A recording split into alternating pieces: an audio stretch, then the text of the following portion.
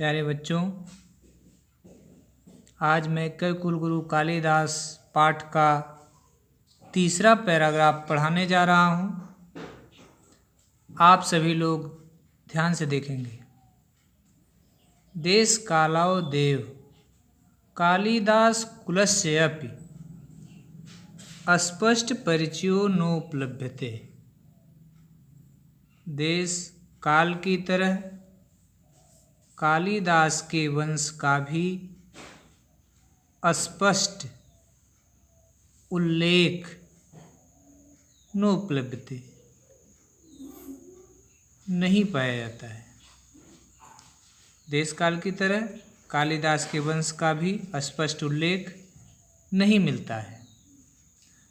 तस्य कृतिषु वर्णाश्रम धर्म व्यवस्थायाः यथा तथ्येन प्रतिपादनेन एतद् अनुमीयते यत् तस्य जन्म विप्रकुले अभवत्। तस्य कृतिषु उनकी रचनाओं में वर्णाश्रम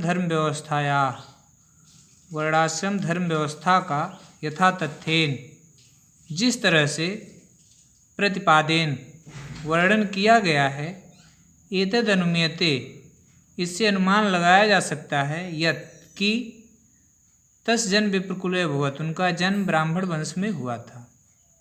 उनकी रचनाओं में वर्णाश्रम धर्म व्यवस्था का जिस तरह से वर्णन किया गया है, उससे अनुमान लगाया जा सकता है कि उनका जन्म ब्राह्मण वंश में हुआ था।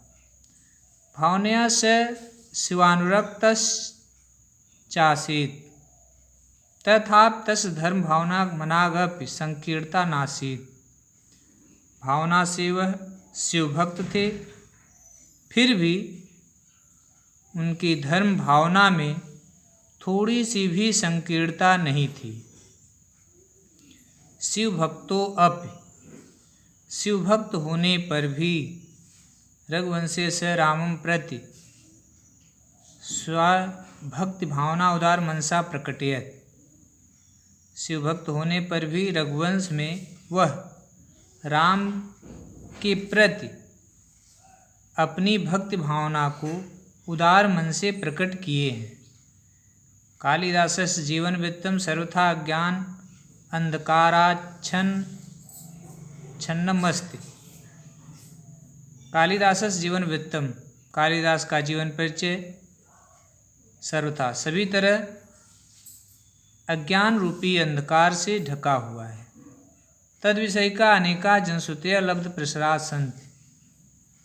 उनके विषय में अनेक कहावतें अत्यधिक प्रसिद्ध हैं, किंतु ता सर्वा ईर्ष्या कलुषित कसाई चित्तानां कल्पना प्ररोहा एव।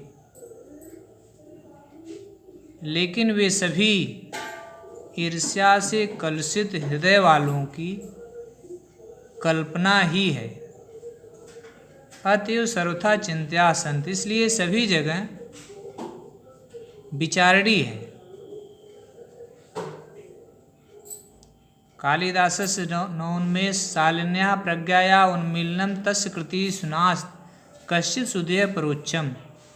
कालिदास की नए नए भावों को विकसित करने वाली बुद्धि का विकास उनकी रचनाओं में है। यह किसी भी बुद्धिमान, किसी भी विद्वान के द्वारा छुपा नहीं है। कश्चित् सुधेय परोक्षम नास्ति, किसी भी विद्वान के द्वारा छिपा नहीं है। संस्कृत काव्यस्य विविधेषु प्रमुख प्रकारेषु स्वकौशलं प्रादर्श्य स सर्वोन्नतीनाम् आगतान् कवीन् अतिशिष्ये।